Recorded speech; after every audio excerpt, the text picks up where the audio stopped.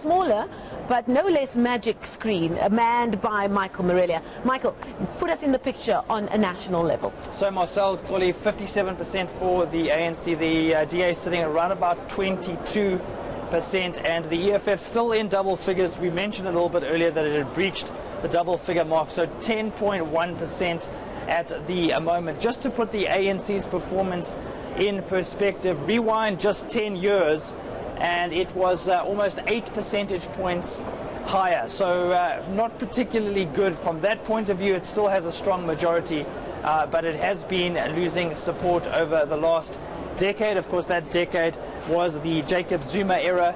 How much you can blame Jacob Zuma? Well, I guess that's up for debate. But 65.9 in 2009, a drop to 62.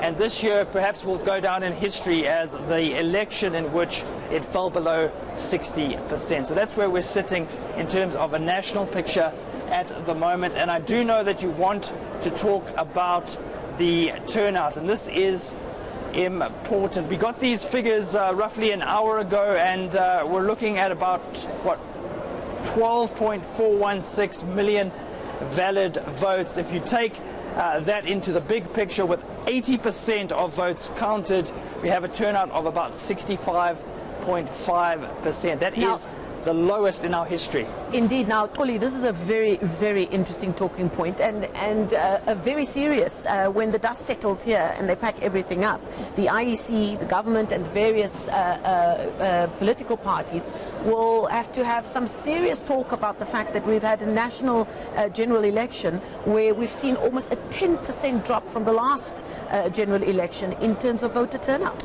And what does it talk to? Because the big point that many people have been asking is that a form of protest, that people are staying away, politicians perhaps not being believable enough? Because it can't just be the rain. We've had a few areas, especially big metros, where they had rain, in the Western Cape, in the Eastern Cape as well. But rain certainly didn't make almost 10% of the people who voted in 2014 decide not to go and make their mark. Absolutely, and it's been a dramatic fall as well compared to the figures in the last few elections. 73.4% in 2014.